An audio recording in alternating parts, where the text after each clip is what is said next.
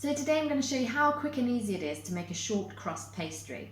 There are really just 4 ingredients, and it's really some plain flour, some full fat. It doesn't matter if it's a butter or if you want to make it dairy free, you can use something like Trex or Stork, just not a low fat spread or anything like that. A pinch of salt and some cold water. So the key principle is half the weight of fat to flour. So, and then you bind it with some really cold water. You don't want to handle pastry too much, it'll just bind it and make it quite tough. So the equipment you're going to need to make a nice flaky pastry is your scales to weigh. So pop your bowl on the scales and turn it on, and if they're electric scales you can just set it to 0 with the weight of the bowl on. A grater, so instead of spending your time rubbing the fat into the flour, by grating it in the first place it makes it so much quicker and easier. And then a knife or something to mix it up together.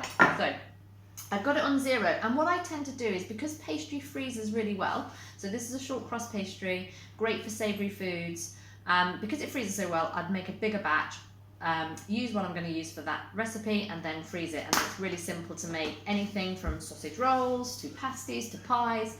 If you're going to make a sweet pastry, pop a bit of sugar in, but not too much. So I kind of work out roughly how much flour I want to put in. So today I'm going to put in 300 grams, 310 to be precise, roughly half the weight of fat, so about 150, 160 grams of fat. You can use a mixture. I often use some butter. I am going to put the scales back to 0, or you just add it on. First of all I'm going to pop that in, so I'm going to go for about 150. I'm going to use a bit of butter. You might not have that much butter, or you want to mix it up.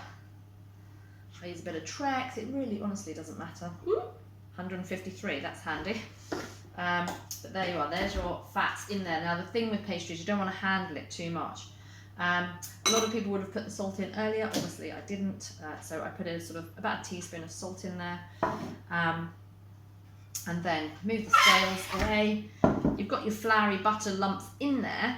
Now by covering the fat with flour, it grates more easily. So all you're going to do is grate that fat in there. You can use a food processor. I just hate cleaning food processors. So if it's something really quick and easy like this, I'll generally find cleaning the cheese grater, using the main one here. Cleaning the cheese grater is actually a lot easier and quicker than the food processor. But depends. If you don't mind cleaning the food processor, excuse me, just moving this in like this.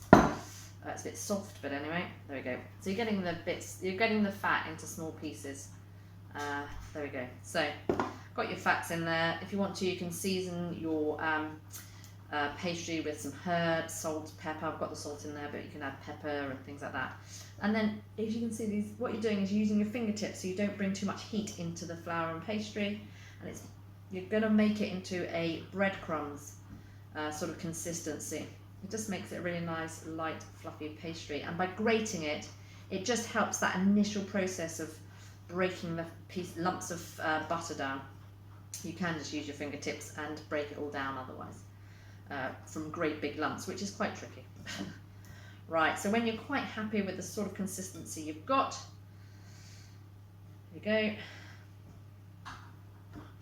You add in enough cold water to bind it into a dough. You don't want a wet dough, you just want pastry. And again, I'm using a knife so that I'm not using my hands, because you're wanting to keep this cold, really cold.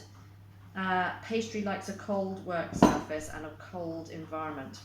So I've got some cold water here. I've actually got about 5 or 6 tablespoons just to get going. I know that's not going to be enough, I'm pretty sure, but I don't want to overdo it. So then you're using the knife to bring that all together. I'm going to show you here, just to get things going there. So I just flick it out of the bowl. You do want to just bring it together a little bit, and also you can just add, I've got more water here, just add a little bit more at a time. As I say, you don't want a wet pastry. Use the knife, it brings it together after a moment or two, and also it keeps the dough fairly cool. It'll start to come together like this.